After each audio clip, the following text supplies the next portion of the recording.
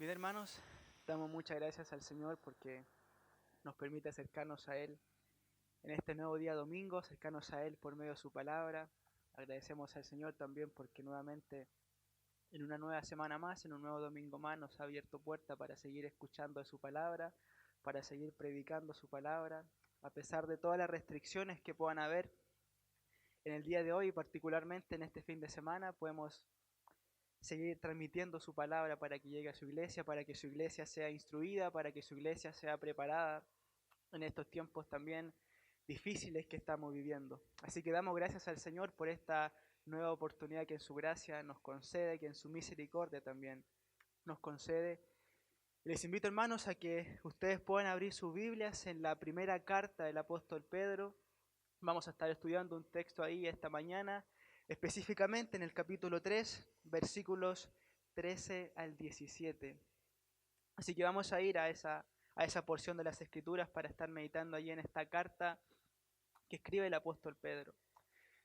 Y esta carta que escribe el apóstol Pedro fue escrita en realidad en medio de la fragua de la aflicción. Fue escrita para una iglesia que estaba siendo perseguida, para una iglesia que estaba en medio de la persecución por causa de su fe en el Señor Jesucristo, allá alrededor del año 64 después de Cristo, donde el emperador Nerón era quien gobernaba el Imperio Romano, que fue uno de los emperadores sanguinarios en contra de los creyentes. Dice la historia que el mismo Nerón quemó a creyentes vivos, que los prendió como antorchas humanas para que alumbraran su palacio, de tal manera que fue un rey o un emperador bastante cruel para con la iglesia. Y es en ese contexto de aflicción que el apóstol Pedro está escribiendo su primera carta. Es en ese contexto de dolor que estaban pasando estos creyentes por causa de su fe, donde el apóstol Pedro, movido por el Espíritu Santo, les escribe a estos creyentes que estaban sufriendo. Y uno de sus propósitos entonces que tiene el apóstol Pedro al escribir esta primera carta es darles y brindarles esperanza a estos creyentes en medio del dolor. Él busca animarlos y fortalecerlos, dándoles la esperanza, mencionándoles la esperanza que ellos tienen en Cristo. Ese es el propósito principal con el que escribe el apóstol Pedro. Esperanza en medio del dolor, esperanza en medio del sufrimiento, esperanza en medio de la persecución que estos creyentes estaban enfrentando por causa de su fe. Sin embargo, no es solo eso lo que hace el apóstol Pedro. No solamente quiere darles esperanza a estos lectores, sino que también los prepara para que ellos sigan enfrentando el sufrimiento. El apóstol acá prepara a la iglesia para que sepa enfrentar la persecución. Y ese es nuestro tema del día de hoy. En eso va a estar enfocado la enseñanza de esta mañana. Por eso la he titulado la enseñanza de esta mañana como una iglesia preparada para sufrir. Porque en los versículos que vamos a estar viendo, 13 al 17 del capítulo 3, el apóstol Pedro precisamente está haciendo eso.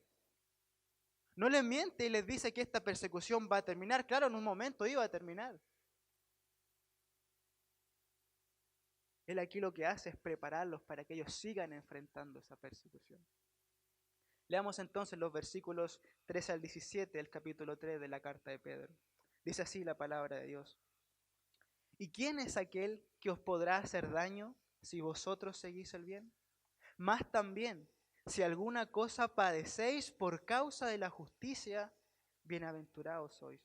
Por tanto, no os amedrentéis por temor de ellos ni os conturbéis, sino santificad a Dios el Señor en vuestros corazones y estad siempre preparados para presentar defensa con mansedumbre y reverencia ante todo el que os demande razón de la esperanza que hay en vosotros, teniendo buena conciencia, para que lo que murmuran de vosotros como de malhechores sean avergonzados los que calumnian vuestra buena conducta en Cristo. Porque mejor es que padezcáis haciendo el bien, si la voluntad de Dios así lo quiere, que haciendo el mal. Es evidente que el apóstol Pedro acá está preparando a esa iglesia para que siga caminando en medio de la hostilidad. Hermanos, si la iglesia siempre ha caminado por aguas tempestuosas, la iglesia siempre ha recibido la hostilidad de este mundo.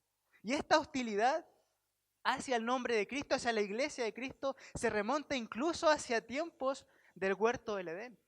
Y permítanme colocar un fundamento aquí para poder entender por qué la odiosidad del mundo hacia Cristo y hacia la iglesia de Cristo. Porque es interesante notar también allá en Génesis, específicamente Génesis 3:15, en este versículo que es conocido como el protoevangelio o el primer evangelio, donde se nos ofrece ya una esperanza del Redentor, que es Cristo, debido a la debacle que habían causado Adán y Eva por causa de su pecado. Es interesante notar que en ese versículo de Génesis 3:15 no solamente se ofrece una esperanza del Redentor, sino que también ahí se ofrece, o ahí más bien podemos ver la descripción que hay una pugna entre dos simientes. No solamente esperanza, sino que también hay una pugna. Dice Génesis capítulo 3, versículo 15.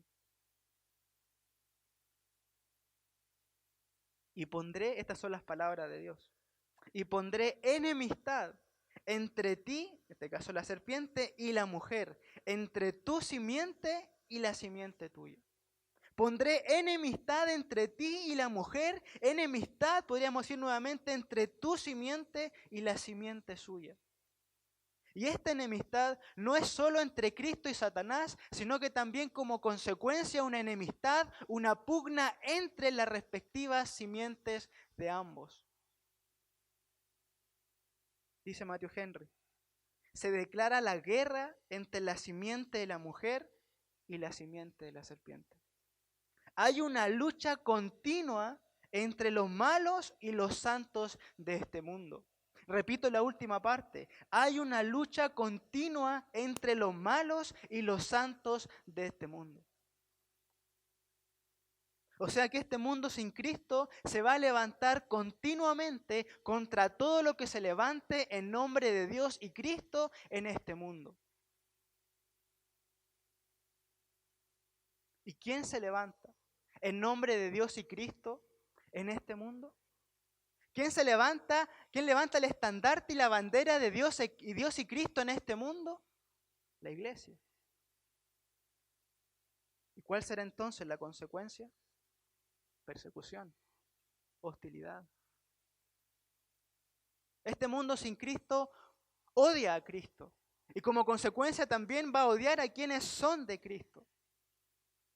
Hay una pugna ahí entre simientes. Ahora, no se trata solamente entonces de algo terrenal, sino que también de una guerra espiritual que hay ahí. Entonces una sociedad acá que se revela cada día más contra Dios será una sociedad que incremente su hostilidad hacia los hijos de Dios. Y en el día de hoy nosotros ya hemos comenzado a ver cómo esta sociedad se levanta cada vez más directamente en contra de Dios y en contra de su Hijo Jesucristo.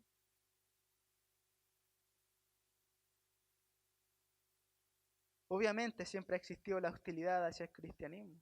Sin embargo, ahora estamos viendo esta hostilidad, cómo se presenta y cómo se ataca al cristiano de manera mucho más frontal, mucho más directa y más pública.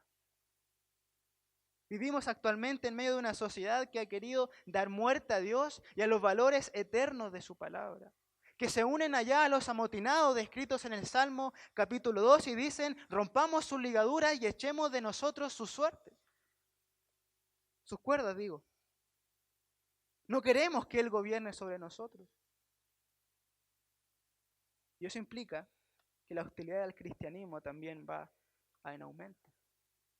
Mientras más odien al Señor Jesucristo, mientras más odien a Dios y su palabra, en esa misma proporción van a ir odiando a los hijos de Dios.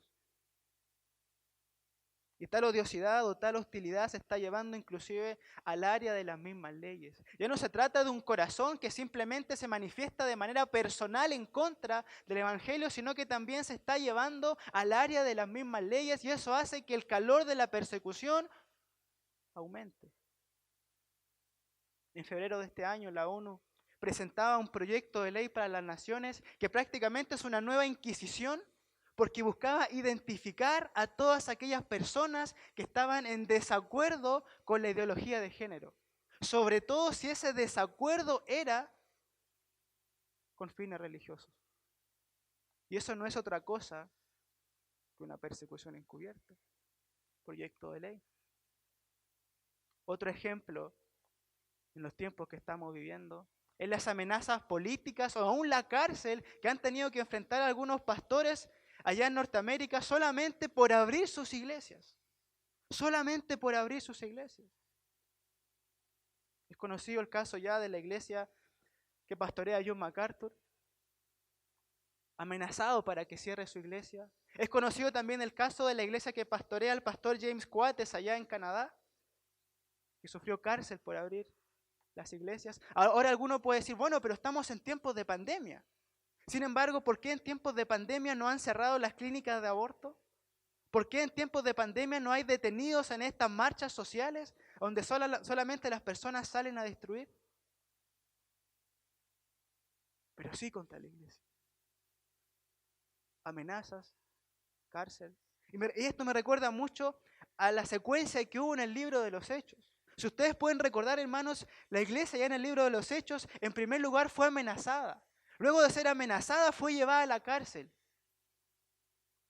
Y finalmente, desató la persecución. Esto es algo para reflexionar en el día de hoy. Cómo se están dando los acontecimientos. Como ha dicho el pastor Iván en reiteradas ocasiones, el cerco de la iglesia cada vez se está estrechando más. Cada vez se reduce mucho más. Cada vez la hostilidad incrementa. Por eso, hermanos, debemos estar preparados para enfrentar la persecución. Debemos ser una iglesia preparada para sufrir, porque una iglesia preparada para sufrir es una iglesia que sufre bien. Y sufrir bien ahora no significa no experimentar dolor. Sufrir bien no significa que todo va a ser fácil, que no vamos a comprometer nuestras emociones o nuestros sentimientos. Sino más bien sufrir bien significa sufrir como Dios quiere que suframos. Significa sufrir a la manera de Dios, no que no va a haber sufrimiento, sino sufrir a la manera de Dios, como honrándolo, sirviéndole y obedeciéndolo a pesar de las circunstancias.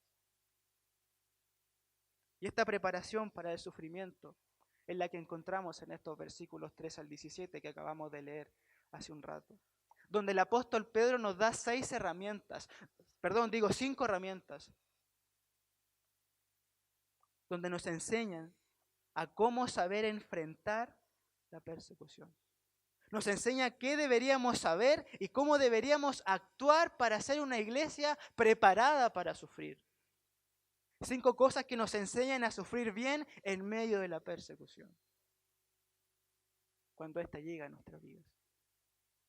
Y la primera de ellas es que una iglesia preparada para sufrir sabe la realidad de sufrir por su fe.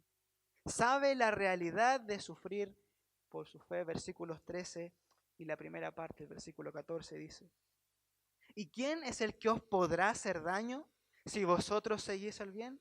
Más también opero si alguna cosa padecéis por causa de la justicia. El versículo 13 comienza con una pregunta retórica, como ustedes se pueden dar cuenta, que está totalmente relacionada a los versículos anteriores que el apóstol Pedro ya había escrito. Así que vamos a colocar aquí el texto en su contexto para también entender por qué causa estaban siendo perseguidos estos creyentes, que no era precisamente por hacer el mal, sino hacer el bien. Y lo que esencialmente dijo el apóstol Pedro en los versículos anteriores, específicamente en los versículos 8 al 12, es que los creyentes debemos ser esa clase de personas que debido a nuestra fe debemos deseosamente hacer el bien en este mundo.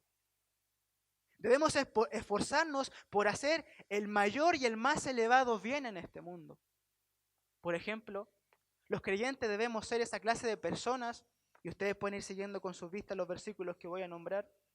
Debemos ser esa clase de personas unidas y amables. Versículo 8.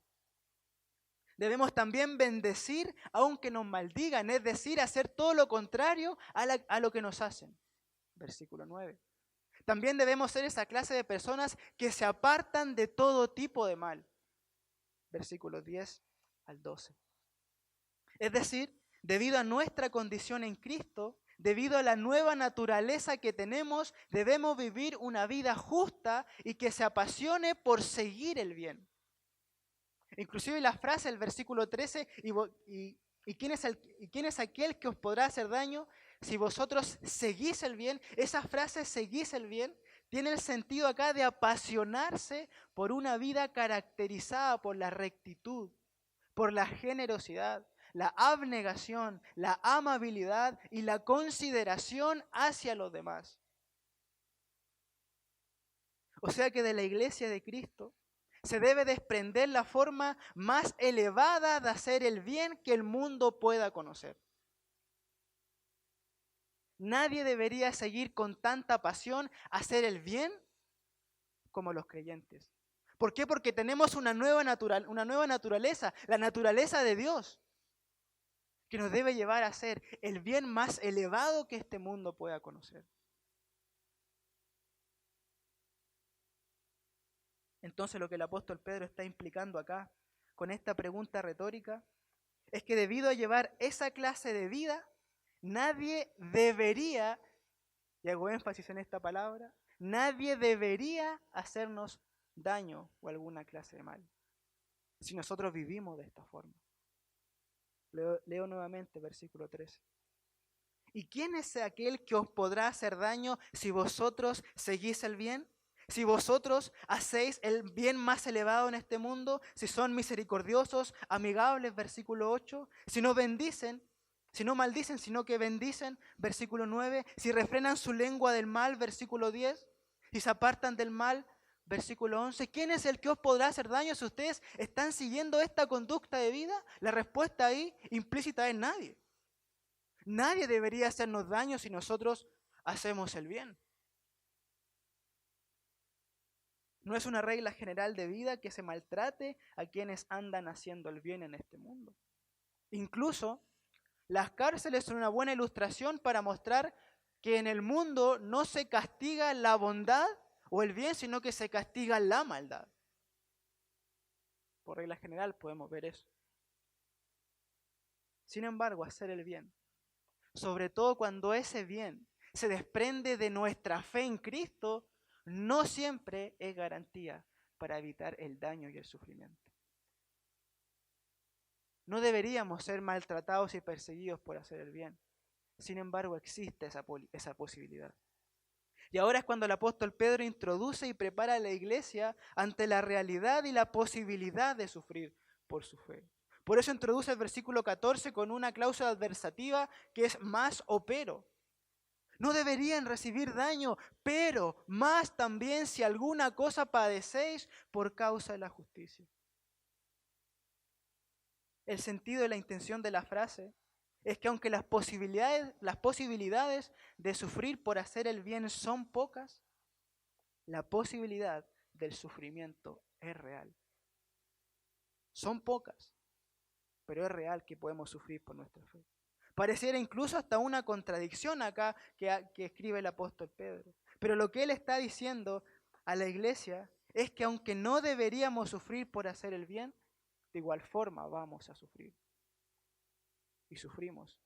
Y la historia de la iglesia dice que la iglesia sufre por hacer el bien.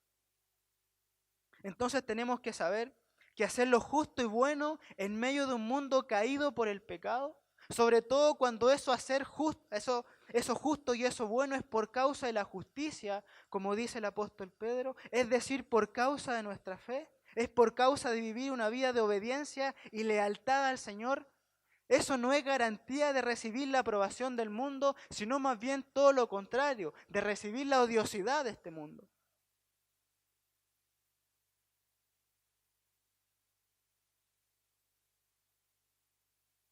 Miremos esta realidad, hermanos, en la vida del Señor Jesucristo. Recordemos cómo Él, dice el libro de los Hechos, que anduvo haciendo bienes en este mundo. Sin embargo, Él murió como un criminal en la cruz. Nunca nadie hizo tanto bien en este mundo como el Señor Jesucristo. Sin embargo, Él sufrió haciendo bienes. Él hizo el bien más elevado, sin embargo, sufrió de la peor forma posible, como fue vivir esa cruz. Ahora es interesante notar por qué lo mataron si nunca hizo ninguna clase de mal. Es interesante notar por qué el mundo desecha y persigue esta clase de justicia cristiana. ¿Por qué se incomoda? ¿Por qué le molesta esta clase de justicia cristiana? Y la razón que nos da la Escritura es porque esta justicia expone la maldad de los hombres. La justicia de los hijos de Dios expone la maldad de los hombres y eso les molesta. Por eso la persiguen. Hermanos, ¿por qué el mundo aborreció al Señor Jesucristo como la luz del mundo? ¿Por qué lo aborrecieron? Porque sus obras eran malas, dice Juan en su Evangelio en el capítulo 3. Los hombres amaron más las tinieblas que la luz. Entonces, cuando vino la luz a exponer su maldad, ellos aborrecieron a esa luz, aborrecieron al Señor Jesucristo.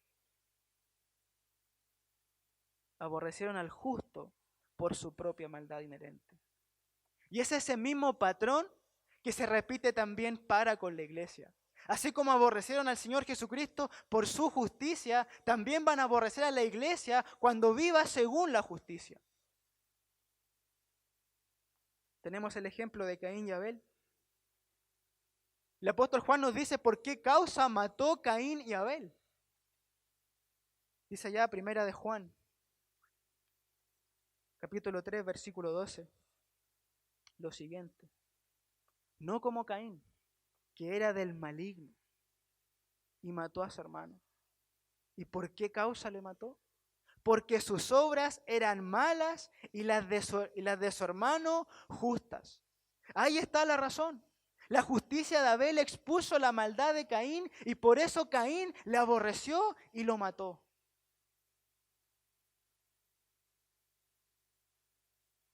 Por eso, hermanos, una iglesia que se prepara para sufrir tiene que saber que va a sufrir aún haciendo el bien, de tal manera que no debemos extrañarnos cuando sufrimos en este mundo. Nuestra sola identificación con Cristo y la imitación de su carácter justo en un mundo caído es razón suficiente para ser perseguido. Eso es lo que también afirmó el Señor Jesucristo en Juan capítulo 15. Donde no solo les advierte a sus discípulos, les anticipa que iban a ser aborrecidos por el mundo, sino que también los prepara para enfrentar ese sufrimiento. Juan capítulo 15, versículo 18 dice, si el mundo os aborrece, sabed que a mí me ha aborrecido antes que a vosotros. Y miren, y si fuerais del mundo, el mundo amaría lo suyo. Pero porque no sois del mundo, antes yo os elegí del mundo, es decir, porque ustedes son míos, por eso el mundo os aborrece. Capítulo 16, versículo 1. Miren cómo el Señor prepara también a sus discípulos, cómo prepara al mismo apóstol Pedro, y luego el apóstol Pedro replica esto y lo hace con la iglesia perseguida. Capítulo 16, versículo 1 dice, estas cosas os he hablado para que no tengáis tropiezo. Os expulsarán de las sinagogas y aún viene la hora cuando cualquiera que os mate pensará que rinde servicio a Dios. Pensará que está haciendo bien, pero en realidad está haciendo mal. Eso es lo que pensaron los principales religiosos de su tiempo cuando lapidaron a Esteban, que estaban sirviendo a Dios. Eso pensaron también cuando estaban matando al Señor Jesucristo, que estaban obedeciendo a Dios. Eso es lo que hace todo musulmán cuando mata a los creyentes en el día de hoy allá en Oriente, que rinden servicio a Dios. Sin embargo, están odiando a Dios. Pero miren lo que sigue diciendo el Señor Jesucristo. Y harán esto porque no conocen al Padre ni a mí.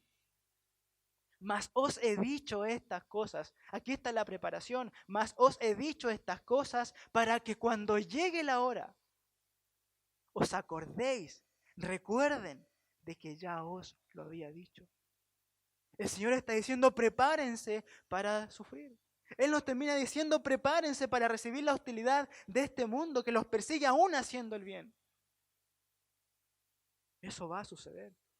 El mundo puede alabar la justicia según el mundo, pero no la justicia según la fe de Cristo.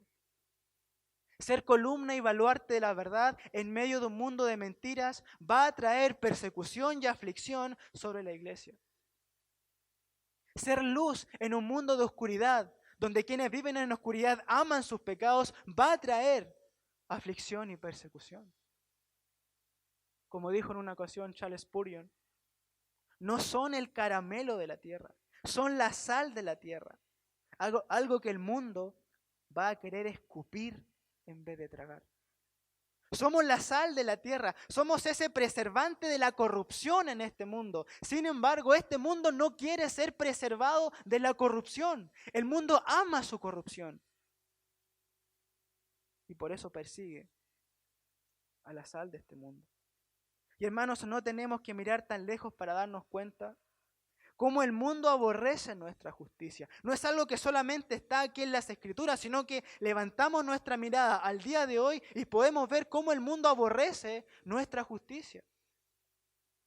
El mismo caso de la oposición al aborto es un ejemplo palpable de eso, donde somos juzgados y condenados socialmente por defender la vida. Miren, hermanos, por defender la vida. Por defender un derecho fundamental, somos juzgados y condenados, mientras aquellas personas que están dispuestas a asesinar a sus hijos en sus propios vientres son las grandes heroínas de este mundo. Son las heroínas de la dignidad y libertad. Pero mientras los creyentes quieren defender la vida, bajo los principios bíblicos, son condenados y juzgados. El mundo no quiere ser preservado de su corrupción. Por esta razón, hermanos, la posibilidad de sufrir haciendo el bien es una realidad que la iglesia tiene que saber. Hay solo dos clases de personas y de principios de vida en este mundo, tan irreconciliables y opuestos como lo son el cielo y el infierno. Dos principios de vida solamente, dos tipos de personas, los que son de Cristo y los que son del mundo. Y mientras los que son de Cristo intentan alcanzar con salvación a los perdidos de este mundo, los perdidos de este mundo intentan cazar con persecución a quienes los quieren salvar. Noten esa terrible paradoja. Los creyentes predicamos el evangelio para salvar a los perdidos, sin embargo los perdidos no quieren escuchar ese evangelio y lo rechazan y nos persiguen. Por hacer el bien nada más. Un bien que obviamente ellos no pueden ver por su ceguera. Pero esto nos enseña que nosotros debemos estar dispuestos a pagar el costo por causa de Cristo. Debemos estar dispuestos a pagar el costo que trae vivir una vida justa en medio de una generación maligna y perversa. El apóstol Pablo le dice a Timoteo que todos los que quieren vivir piadosamente, y eso es vivir según la justicia, eso es vivir según nuestra fe. Todos los que quieren vivir piadosamente en Cristo Jesús padecerán persecución.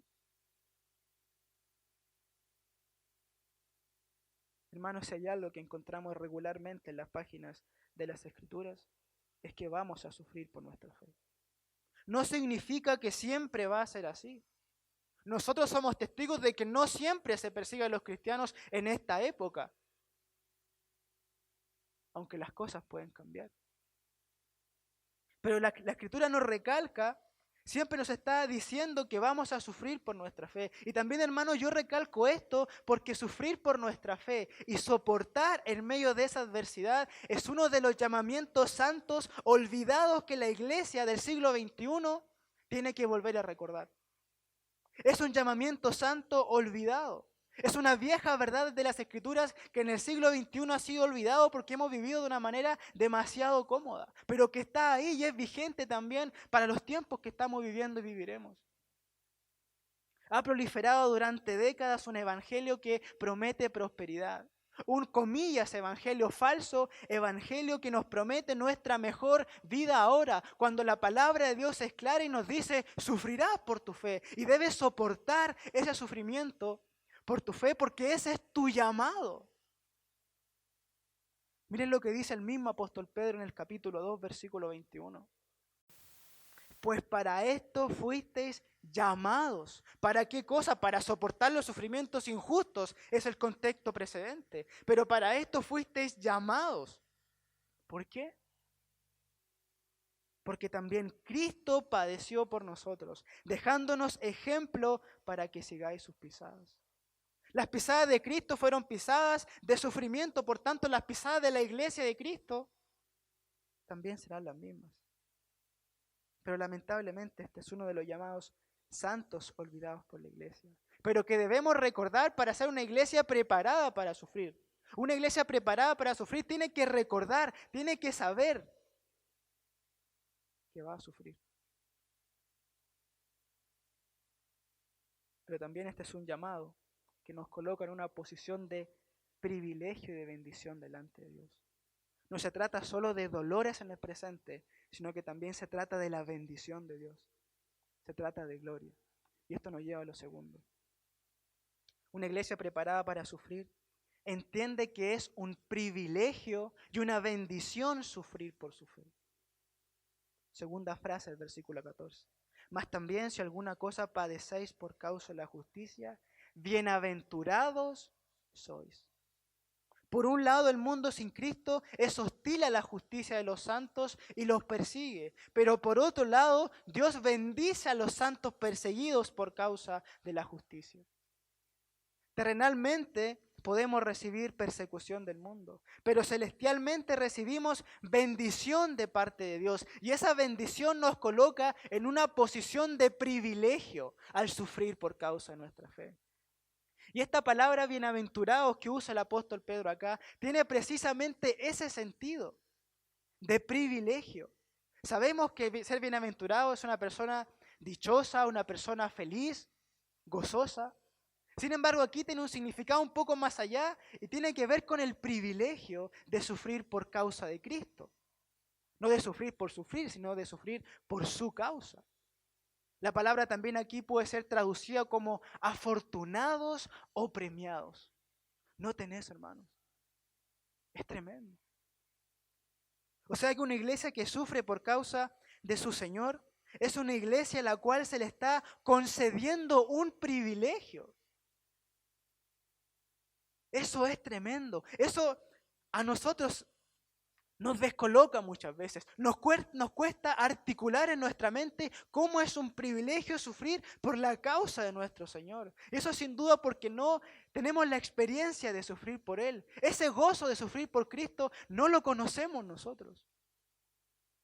Pero es un privilegio. Hay una teología del sufrimiento que está ausente en nuestro corazón y en nuestra mente. Pero es un privilegio, dice la Escritura. Miren lo que dice el apóstol Pablo a los filipenses, que también es una de las verdades olvidadas de la iglesia del siglo XXI. Filipenses capítulo 1, versículo 29 dice: porque a vosotros os es concedido a causa de Cristo, no solo que creáis en Él, sino también que padezcáis por Él. Nos es concedido creer en Cristo, pero también nos es concedido padecer por causa de Cristo. Es interesante la palabra concedido que usa el apóstol Pablo acá a los filipenses. Y no tengo el propósito de desarrollar ese texto de Filipenses, sin embargo, permítanme fortalecer esta idea. Porque esta palabra concedido que usa el apóstol Pablo acá significa dar con gracia o mostrar favor y bondad. Es la palabra griega charizomai. De ahí también se deriva la palabra gracia. Y nosotros sabemos que la gracia es un regalo de Dios. Entonces, lo que el apóstol Pablo nos está diciendo aquí es que así como Dios nos ha concedido el don de la fe para creer en Cristo, también nos ha concedido el don, el privilegio de sufrir por su Hijo. La misma gracia que nos concedió la fe es la misma gracia que nos concede sufrir por Cristo. Es increíble cómo los coloca prácticamente en esa misma altura, en ese pasaje. Sin duda es un privilegio creer en Cristo. Por gracia sois salvos, dice la Escritura. Pero en esa misma proporción, dice el apóstol Pablo allá en Filipenses, que esa misma gracia nos concedió el sufrir por Cristo. El privilegio de sufrir por su causa. Y este fue el privilegio que experimentaron en su corazón los apóstoles allá en el libro de los Hechos, particularmente el mismo apóstol Pedro que escribe esta verdad de la bienaventuranza con Juan. Dice allá Hechos capítulo 5 versículo 41. Y ellos salieron de la presencia del concilio gozosos de haber sido tenidos por dignos de padecer afrenta por causa del nombre. Ellos experimentaron un privilegio sufrir por su Señor. La pregunta es, ¿cómo nosotros podemos experimentar tal privilegio? ¿Cómo nuestro corazón puede ser también el mismo que ese corazón apostólico ahora en este tiempo? Porque es una experiencia real y que no solamente está en la Biblia, sino que también está a lo largo de la historia de la iglesia. Muchos muchos experimentaron el gozo y el privilegio de sufrir por la causa de Cristo, no negando a su Señor a costa de sus propias vidas. Y ese momento de sufrimiento incluso se transformó en un momento de gala para ellos. Basta con leer la historia de los mártires para darnos cuenta de eso. Pero ¿cómo podemos nosotros experimentar también ese privilegio? Tiene que ver con una mirada más allá de lo que se puede ver en esta tierra. Tiene que ver con contemplar las bendiciones de Dios en medio del sufrimiento. Es un privilegio sufrir por la causa de Cristo. Es un privilegio que Dios nos concede por las bendiciones que trae consigo la persecución. El privilegio de sufrir por causa de nuestra fe se sustenta aquí en que Dios bendice a la iglesia perseguida. ¿De qué forma? Esencialmente encontramos en la Biblia dos formas de que Dios bendice o de cómo Dios bendice a una iglesia perseguida. Que son la recompensa de la gloria venidera y la presencia de Dios de manera particular en aquellos que están sufriendo. Déjeme leerle algunos versículos para poder complementar esta idea también. El Señor Jesucristo allá en el Sermón del Monte, en Mateo capítulo 5, versículo 10, habla de cuán bienaventurados son aquellos que padecen por causa de la justicia. La pregunta es ¿por qué? Y ahí encontramos también la respuesta. Mateo capítulo 5, versículo 10 dice, bienaventurados los que padecen persecución por causa de la justicia. ¿Por qué? Porque de ellos es el reino de los cielos. Está apuntando a la gloria eterna. Bienaventurados sois cuando por mi causa os vituperen y os persigan y digan toda clase de mal contra vosotros mintiendo. Gozaos y alegraos. Pero ¿cómo nos podemos gozar y alegrar si nos están injuriando? Gozaos y alegraos porque vuestro galardón es grande en los cielos. Nuevamente está apuntando hacia la gloria futura. Algo similar hace el apóstol Pablo allá en 2 Corintios capítulo 4, en un contexto de tribulación. 2 Corintios capítulo 4, versículos 17 y 18 dice, porque esta leve tribulación momentánea produce en nosotros un cada vez más excelente y eterno peso de gloria. Nuevamente la mirada del apóstol está en la gloria venidera. No mirando nosotros las cosas que se ven, sino las que no se ven. Pues las cosas que se ven son temporales, pero las que no se ven son eternas. Ahora, no solamente eso. No solamente se trata de extender nuestra mirada hacia la gloria futura, sino que también Dios nos bendice con su presencia en el presente. El mismo apóstol Pedro dice en el capítulo 4 de su primera carta, versículo 14. Si sois vituperados por el nombre de Cristo, sois bienaventurados. ¿Por qué? Porque el glorioso Espíritu de Dios reposa sobre vosotros. Ciertamente de parte de ellos Él es blasfemado, pero por vosotros es glorificado. El glorioso Espíritu de Dios reposa sobre vosotros. Dios se manifiesta de una manera particular con los creyentes que están siendo perseguidos. ¿Recuerdan allá, hermanos, Isaías 41:10, este conocido texto? No temas porque yo estoy contigo. No desmayes porque yo soy tu Dios que te esfuerzo. Siempre, dice, siempre te ayudaré, siempre te sustentaré con la diestra de mi justicia.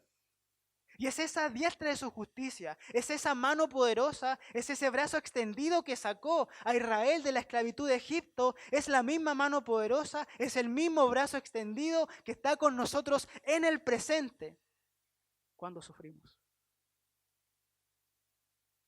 Es decir, que en estas bendiciones espirituales hay una expectación de gloria futura que nos anima y la presencia de Dios que nos fortalece en el presente.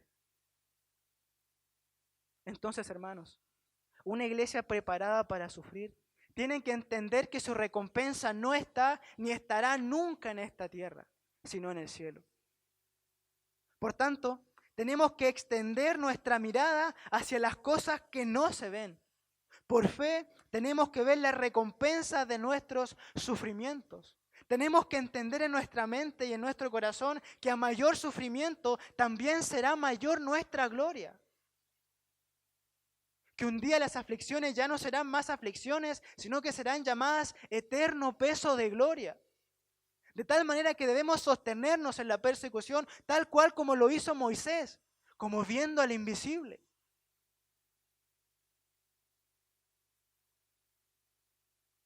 El llamado es a ejercitar nuestros sentidos espirituales, agudizar nuestra visión espiritual y ver más allá de lo físico y temporal y apuntar hacia lo eterno.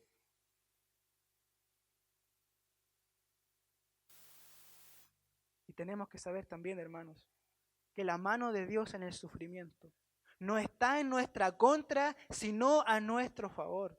¿Por qué? Porque es Él el que nos concede y lleva a su iglesia por caminos de aflicción. Y Él no nos está maldiciendo, sino que nos está bendiciendo en medio de la persecución.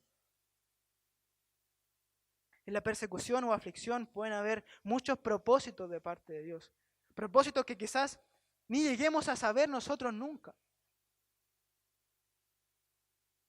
Pero hermanos, tenemos que saber que Él está por nosotros y no contra nosotros en la aflicción. Esta bienaventuranza nos tiene que dejar la enseñanza de que Dios está por nosotros y no contra nosotros. Que Él no se ha olvidado de nosotros, sino que está ahí.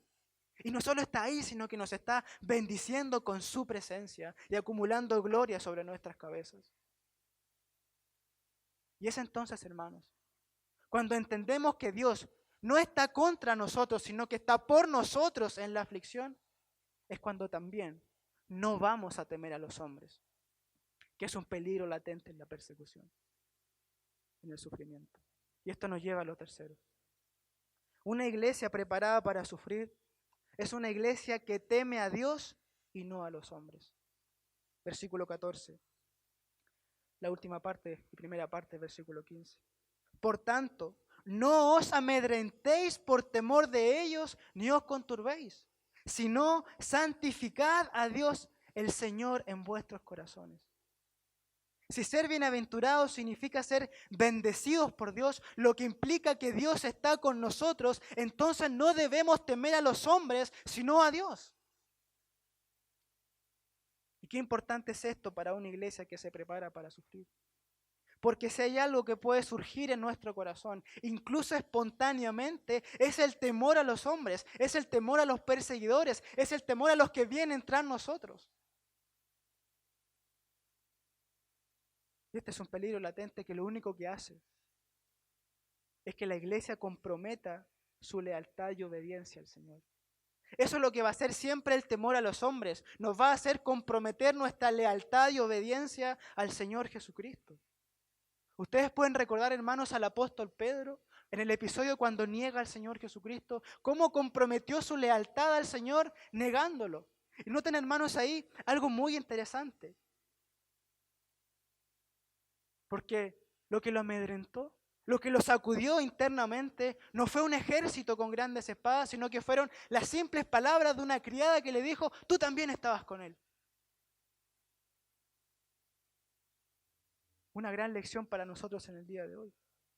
Hoy vivimos en una época donde la censura y los juicios sociales predominan, donde la ideología ha logrado en gran parte silenciar a los disidentes. Una ideología que sienta en el banquillo de los acusados a todos aquellos que no están de acuerdo con su pensamiento para juzgarlos y condenarlos socialmente. Entonces pareciera que es mejor callar.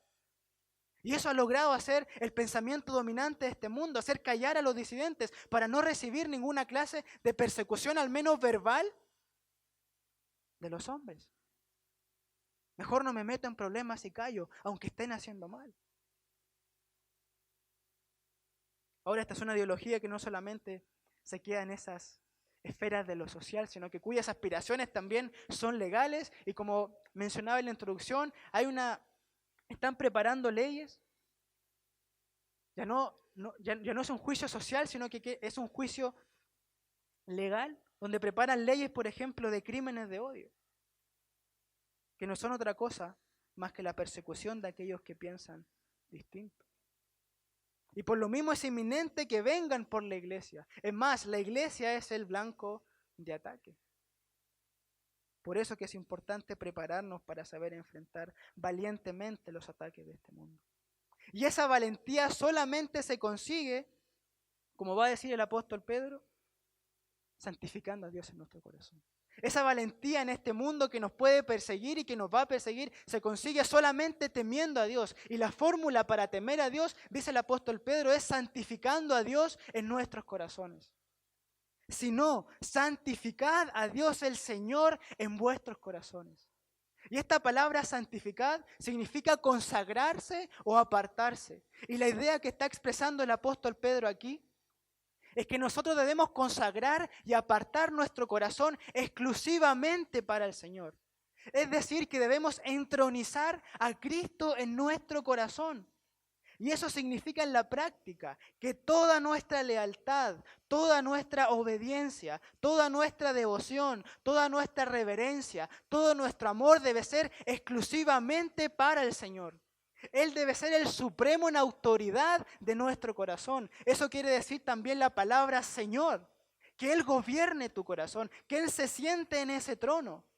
Y es cuando sucede eso, cuando el Señor Jesucristo es el emperador, es el dueño de nuestro corazón, cuando dejamos de temer a los hombres. Es cuando el Señor gobierna nuestro corazón, cuando dejamos de temer a los hombres. Hermanos, nuestro corazón no puede compartir temores, porque uno va a expulsar consecuentemente a otro. Ambos no pueden cohabitar juntos en el mismo corazón. Por eso que el triunfo sobre el temor a los hombres está en el corazón. En un corazón reservado exclusivamente para Dios, donde solamente Él gobierna.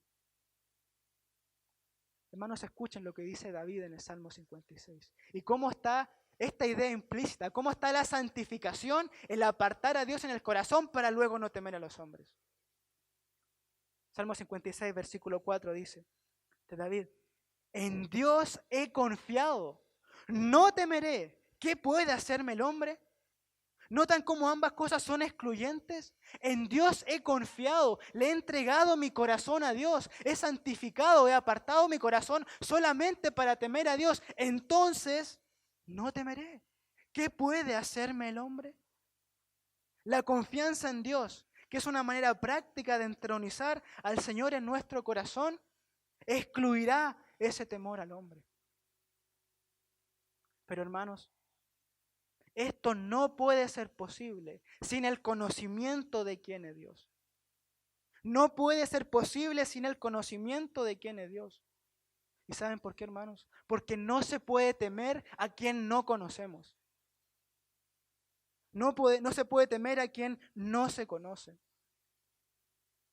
Hace un tiempo atrás comencé a hacer un estudio personal acerca del temor, acerca del miedo. Y todas las referencias bíblicas que he estudiado, la mayoría de ellas, tenían el conocimiento de Dios como imperativo para no temer a los hombres. Es un imperativo conocer bien a Dios para no temer a los hombres. Y eso lo podemos ver ilustrado de manera encomiable en la vida de los amigos de Daniel frente a Nabucodonosor. Ellos conocían a su Dios. Ellos estaban delante de Nabucodonosor, que en ese tiempo era el gobernador más poderoso del planeta Tierra.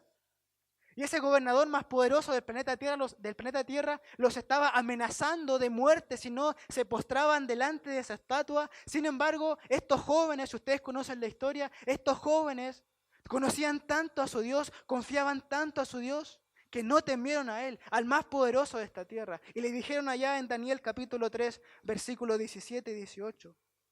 He aquí, nuestro Dios, a quien servimos, puede librarnos del horno ardiendo. Y de tu mano, oh rey, nos librará. Hay confianza ahí. Y si no, si Él no nos quiere librar de la muerte, sepas, oh rey, que no serviremos a tus dioses, ni tampoco adoraremos la estatua que has levantado. ¿Qué es eso sino santificar a Dios en el corazón? ¿Qué es eso sino apartar al Señor en el corazón solamente para servirle a Él? Este es el conocimiento de Dios que una iglesia necesita para prepararse en el sufrimiento y no doblegar sus rodillas ante los hombres. Un conocimiento práctico del poder absoluto de Dios sobre este mundo y las circunstancias. Un conocimiento de Dios que nos permite ir con confianza hasta las últimas consecuencias que podamos enfrentar. Un conocimiento de Dios que echa fuera el temor a los hombres. Un conocimiento de Dios que echa fuera la cobardía. Hermanos, el cristianismo no es de cobardes. Nunca ha sido de cobardes, nunca lo ha sido.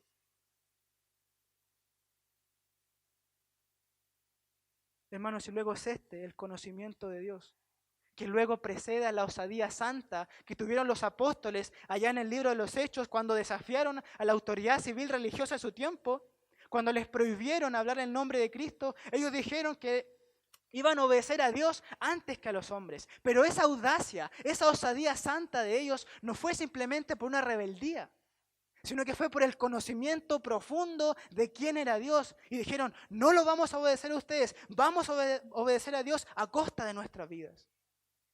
Pero por el conocimiento de Dios.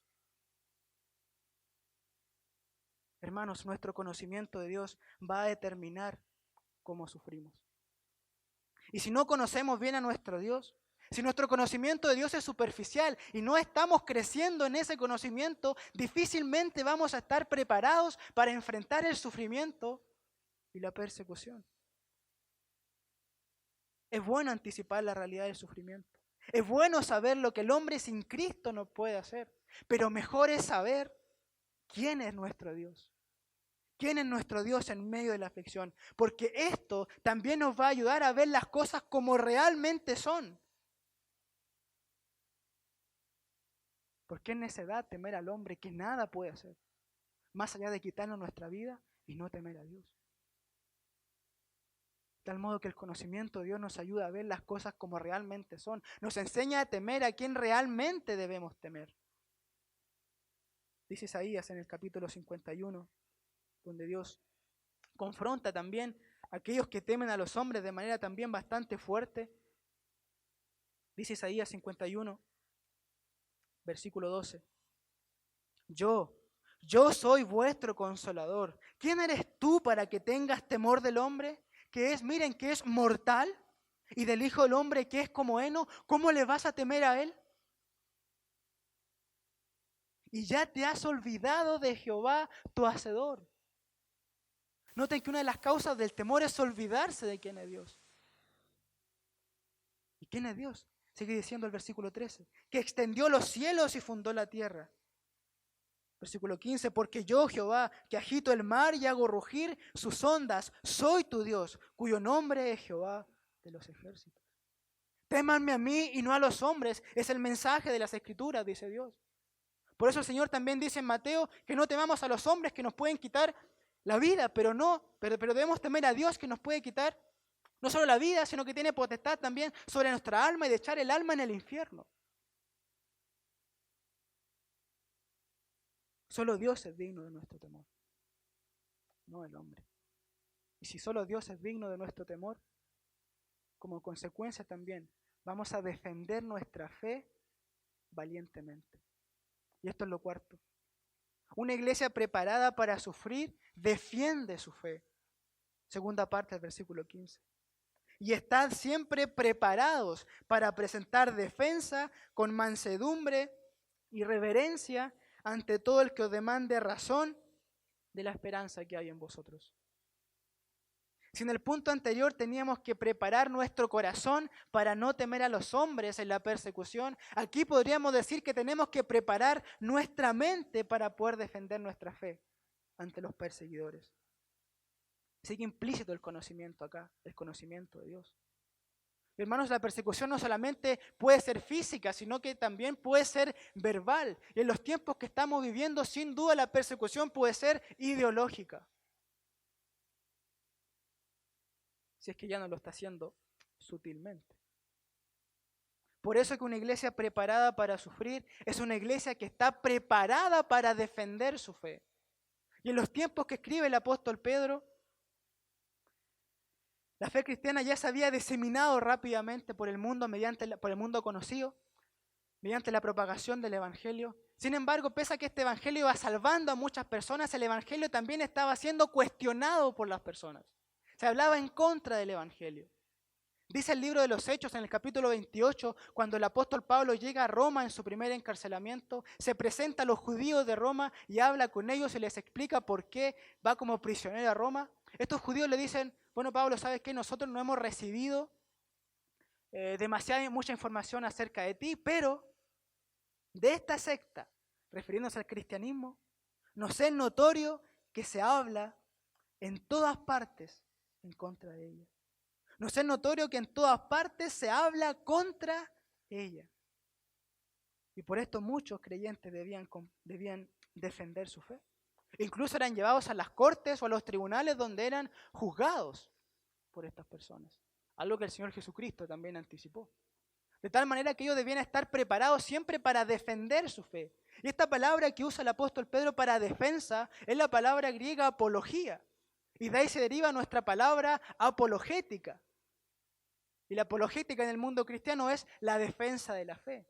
La gran diferencia es que la apologética del siglo XXI, del día de hoy, es en conferencias, en salones de conferencias, mientras que la apologética del siglo I era en cárceles, era en tribunales o era en un coliseo a puerta de ser devorados por las fieras salvajes. De tal manera que siempre cuando los creyentes del siglo I tenían que defender su fe, siempre lo hacían en circunstancias difíciles. Y hermanos, los enemigos del evangelio siempre buscarán razones para perseguirnos y el ataque a nuestras creencias, a los dogmas de nuestra fe, es una de ellas, si es que no es la principal. Van a atacar nuestra fe, van a atacar nuestras creencias. Nuestras creencias van a ser atacadas, nuestras creencias van a ser ridiculizadas, nuestras creencias van a ser desprestigiadas y nuestras creencias van a ser tergiversadas con propósito de hacernos daño. Por eso debemos estar preparados para presentar esta defensa, pero ¿cómo? Dando razón de la esperanza que hay en nosotros. Y esta palabra razón es súper importante acá en el texto, porque se está refiriendo a dar evidencia o argumento que provee justificación racional de nuestra creencia. Repito, dar evidencia o argumento que provee justificación racional de nuestra creencia. En otras palabras, los creyentes debemos comprender nuestra fe, tener la capacidad de defenderla, exponerla de forma clara y racional y ser capaces de articular nuestras creencias. Hermanos, una iglesia preparada para sufrir conoce y entiende su fe. No somos fanáticos religiosos. Nuestra fe no comienza cuando termina la razón, como dicen algunos. El corazón de nuestra fe se sustenta en hechos objetivos, como la muerte y resurrección de nuestro Salvador Jesucristo, que nadie en la historia ha podido refutar seriamente, y debemos saber articular para desarticular los argumentos del enemigo. Ahora, no solo eso, hermanos. Permítanme agregar algo más y ya estoy entrando en la parte conclusiva. No solo eso. No solo debemos defender nuestra fe cuando es atacada por alguien contrario a la fe, como por ejemplo un ateo, sino también debemos defender nuestra fe cuando nuestra fe está siendo tergiversada, no solo de los ataques directos, sino también de la infiltración. Sobre todo en estos tiempos donde, por ejemplo, una ideología marxista está infiltrada en el evangelio mediante las teologías de la liberación, mediante un evangelio de la justicia social, o la infiltración de la ideología de género en nuestra fe, con una teología gay, o la infiltración del feminismo en nuestro santo evangelio con un evangelio, una teología con clave de género. Debemos saber nosotros también defender nuestra fe de esa infiltración de la mentira.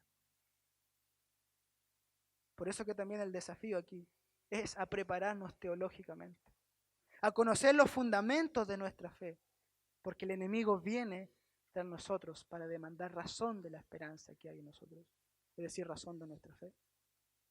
Y viene a pedir razón no precisamente para educarse en la fe cristiana, sino para atacarnos. Por eso debemos estar preparados. ¿De qué forma? Dice el apóstol Pedro, con mansedumbre y reverencia. Literalmente con apacibilidad y temor respetuoso. Sería totalmente incongruente defender la fe de Jesús con un carácter y una forma totalmente diferente a como Jesús lo hizo. Colosenses 4:6 dice: sea vuestra palabra siempre con gracia, sazonada con sal, para que sepáis cómo debéis responder a cada uno. Las palabras que salgan de nuestra boca deben ser semejantes a las del Señor, a la forma en la que el Señor las diría y para honor del Señor Jesucristo, más allá de si estamos sufriendo o no. No discutir, en el sentido de pelear, de ir inclusive a los golpes por defender nuestra fe, como tristemente hemos visto en estos últimos días, de pseudos creyentes que defienden su fe a los golpes. Eso deshonra al Señor. En último lugar, y solo lo menciono, una iglesia preparada para sufrir vive íntegramente, teniendo buena conciencia, versículo 16, para que lo que murmuran de vosotros como de malhechores, sean avergonzados los que calumnian vuestra buena conducta en Cristo. Porque mejor es que padezcáis haciendo el bien, si la voluntad de Dios así lo quiere, que haciendo el mal. Otra forma de defender nuestra fe es con una vida íntegra. El testimonio santo de la iglesia es algo de primer orden y el mundo nos está viendo, hermanos. El mundo nos está viendo para culparnos de algo, pero que todo lo que se diga en contra nuestra sean mentiras y que nuestro testimonio santo confronte la hipocresía de ellos. Oremos, hermanos. Padre, muchas gracias por su palabra. Gracias, Señor, porque hay grandes verdades y profundas verdades que uno ni siquiera puede describir en su totalidad en el tiempo que tenemos, pero que su Espíritu Santo puede aplicar a nuestros corazones y a nuestra mente de manera que yo no lo puedo hacer. Padre, gracias por este tiempo. Gracias por enseñarnos y prepararnos para el sufrimiento, para prepararnos para ser perseguidos por su causa, si es así su voluntad, Señor. Que estas verdades, Señor, que hemos escuchado, estas 5 verdades se graben en nuestro corazón. Sean fortaleza para nuestra vida, sean convicción, Señor, para poder estar erguidos, confiados en usted en el día malo. Gracias, Padre, por poder abrir su palabra nuevamente en este día. Gracias por su misericordia, Señor. Que su palabra produzca frutos en cada uno de nosotros. Oramos en los méritos de Jesús, nuestro Salvador. Amén.